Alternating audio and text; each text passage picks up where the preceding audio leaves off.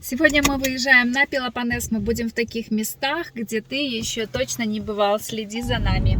Пробка началась уже на самом выезде из города. Даже еще не выехали из города. Еще куча платежных терминалов. Везде будет такая пробка. Вот на празднике невозможно выехать из города. Греки покидают Афины, чтобы отдохнуть на праздниках. Массовое паломничество создает огромные пробки на дорогах. Говорят, что в это время город пустеет, но это не так. Он наполняется туристами еще больше, чем обычно.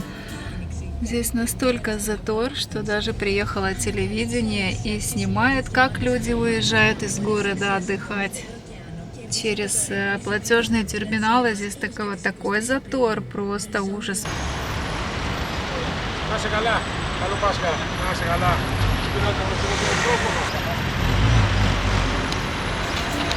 Терминалов по платным дорогам много, и основное скопление машин создается здесь.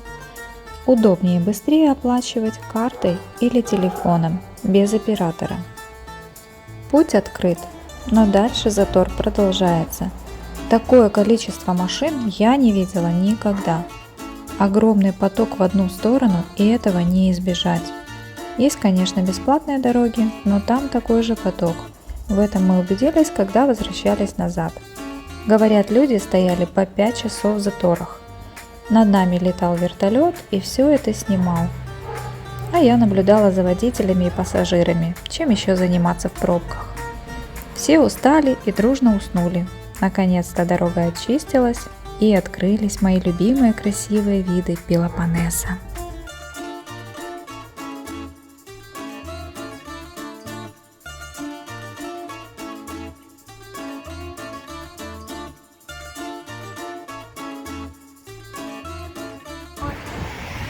Ну, мы остановились на дороге на стояночке. Кто тут такой хороший камюшек? Кто тут сладкий? Весь багажник для него.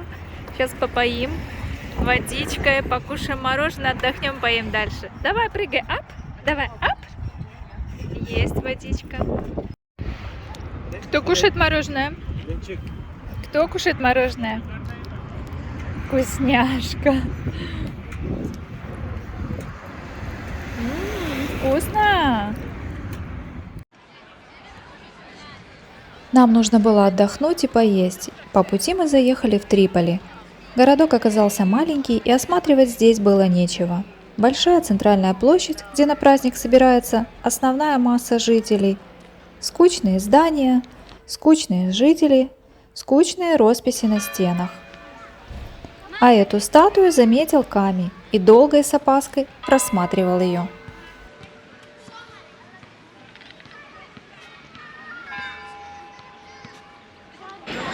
Все, ребята все камешку уже обласкали, камешка к девчонкам пристает.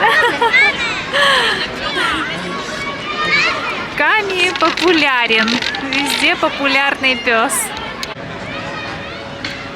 Триполи сегодня гуляет и отдыхает, Страстная пятница.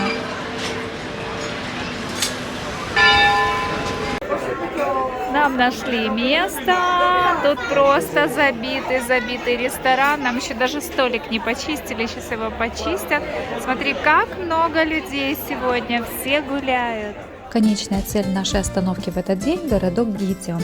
По пути к нему на нас загадочно смотрели горы Тайгет, еще покрытые снегом. Гитион оказался очень уютным и красивым местом. Он буквально прирос к горам у самого моря. Вечерняя атмосфера завораживала, но город днем мы увидели позже. И вот мы наконец-то доехали в наш отель, заселились. Здесь такой бомбический вид на море. Вау!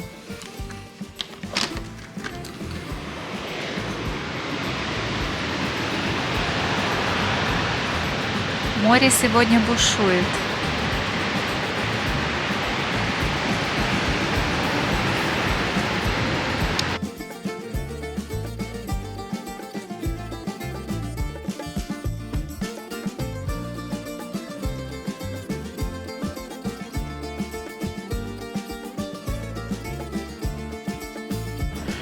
Завтра Пасха, а у греков это всегда все закрыто. Не знаю, будут ли работать на этих выходных рестораны, но мы едем по интересным местам. Сейчас мы попробуем попасть в пещеры Диру.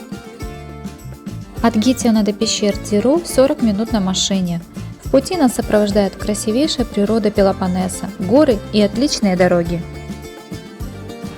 Прямо на въезде стоит шлагбаум и кассы, где можно купить билет в пещеры. Билет в пещеры на одного человека стоит 12 евро. Здесь потрясающий пляж. Прям внизу. Очень чистая голубая вода. Немного камни. И сверху над пляжем вход в пещеры. Здесь собрались машины. Значит, сегодня все работает. Вход в пещеры. Я сейчас чуть не убилась. Καλημέρα σας. 3 άτομα στην κύρια. Καταρχάς θα περιμένετε λιγάκι.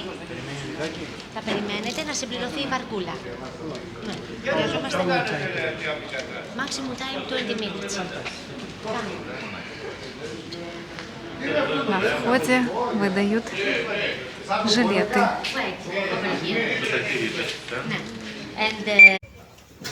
Нас подготовили, одели нам спасательные жилеты. Йо-хоу! Позади нас вот эта река, по которой мы будем плыть на лодке. Будем осматривать пещеру, подводное озеро. Говорят, что здесь вход в пещеры царства Аида. Так, спускаемся мы в пещеры. Самое главное не убиться уже на входе. Лодочки. Мы все плывем на лодке. Пещеры Диру были открыты случайно в 1949 году. Они находятся в бухте Дирос в районе Мани. Это самые большие в Европе подземные озера. Здесь круглый год воздух плюс 20, а вода плюс 14. Длина всего маршрута 1,5 километра. Катаясь на лодке всего полчаса, тебе покажется, что время останавливается, и ты здесь уже бесконечно. Мы проплываем на лодке гроты и пещеры. Сталактиты и сталагмиты подсвечивают фонари, и создается сказочная иллюзия. Цвет и фигуры изумляют, а отражения на воде просто восхищают. И ты не уверен, что здесь вообще есть дно и конец туннеля. Ты как будто в кино или в сказке.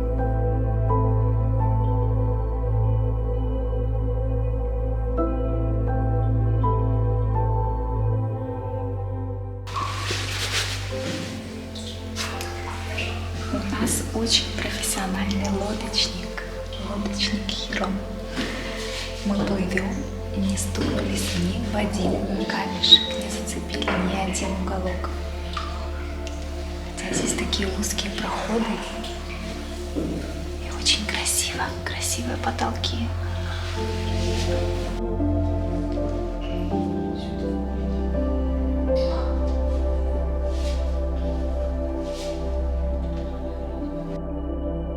Интересно, что еще в начале 20 века в эти пещеры никто не ходил. Местные жители о них знали, но мало кто решался там побывать. Ходили истории о тех, кто заходил в этот вход под землю и больше не вернулся. В 1949 году спелеологи Петрочели начали изучение пещер, а первая подводная разведка была проведена в 1970 году. Оказалось, что в одной из пещер было даже доисторическое поселение. А какие интересные названия у этой подземной системы! Собор, ложе эльфов, часовня, пещера дракона, скала художников, королевский домик, Великий океан, розовые, красные и белые комнаты. После открытия пещер спелеологами о них написали в европейских газетах, и о Мане стало известно во всем мире.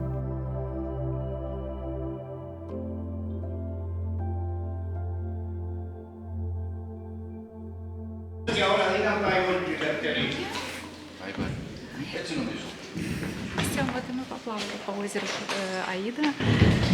Едем. И мы вовремя поплавали, потому что сейчас после нас столько людей приехало. Так много. С левой стороны пешеходная тропа, ступенечки.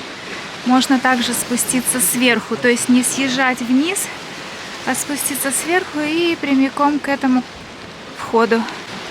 Интересно, туда к пляжу как подъехать? Очень красивое здесь море, цвета нереально голубые. А вот эти кубы — это защита от высоких волн. К сожалению, вход к пляжу закрыт строительными сетками, а раньше можно было здесь заехать. Вот такой вот спуск. И вот там вот красивейший пляж. Не знаю, почему сейчас его закрыли. Но на этом берегу, в принципе, пляжа нет. Здесь купаться нельзя, потому что здесь стоит церквушка. И все затянуто какой-то стройкой. В общем-то, спуститься на этот пляж совершенно нельзя, на этот берег.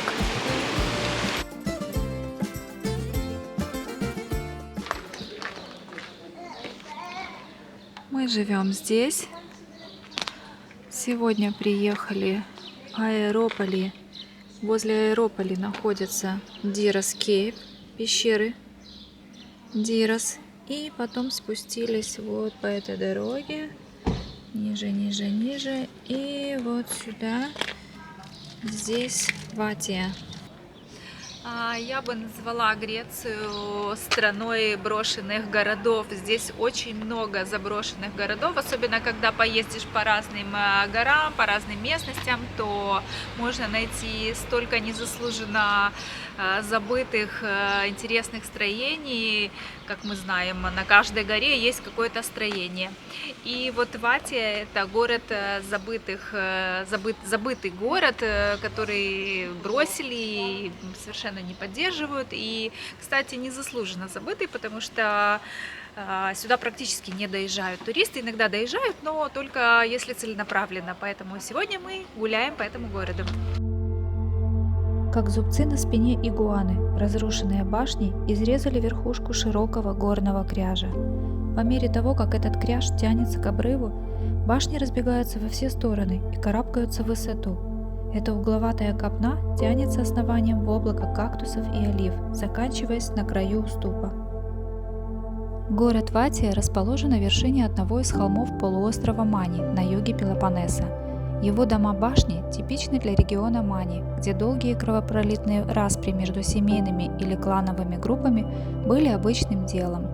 Построенная в 18-19 веках Ватия – один из самых удивительных образцов архитектуры этого региона.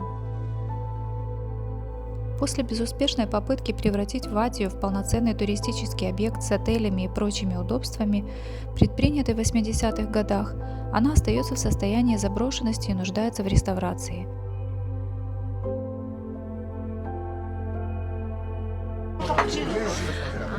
Ватия хоть и заброшенный городок, но здесь на самом верху открыли кафе для туристов, для посещаемости. Интересно, я думала, что здесь вообще никого не будет, что сегодня не будет даже осмотра, даже туристов. Но оказалось, мы тут не одни, нас тут очень много. Меня заинтересовала больше всего вот эта башня, вот этот домик. Так интересно, что у него там на стене даже стоит пушка. Не знаю, откуда они притащили, мангалы. Может быть, хозяева приезжают сюда летом. Конечно, так постоянно здесь никто не живет. Это действительно такой заброшенный, совсем-совсем заброшенный маленький городок. Очень-очень колоритный. Не так давно в Ватии все еще проживали 33 человека, поэтому называть ее городом-призраком не вполне корректно. Тем не менее, это одинокое и печальное место, посещение которого остается в памяти надолго.